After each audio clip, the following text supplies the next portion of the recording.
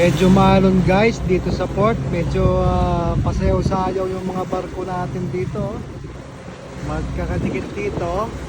Kaso sayaw na sayaw. Kung makikita nyo si Hornet nandun sa taas ng helipad ni Sunflower. Oh. Up and down ang movement niya. So magalaw.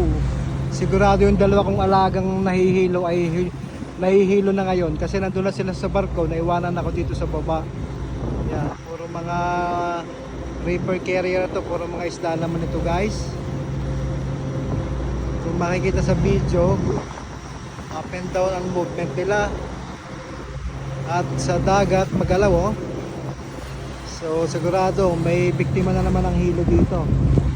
Pagka ganito yung condition ng dagat natin. Ayan guys. Tungtong naman ako ngayon sa semento. Ayan. Nakapaglakad-lakad naman.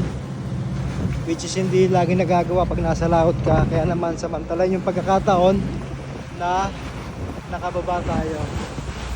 Ayan, si Hornets nasa helipad. Balik tayo sa barko guys. Tatawid tayo doon.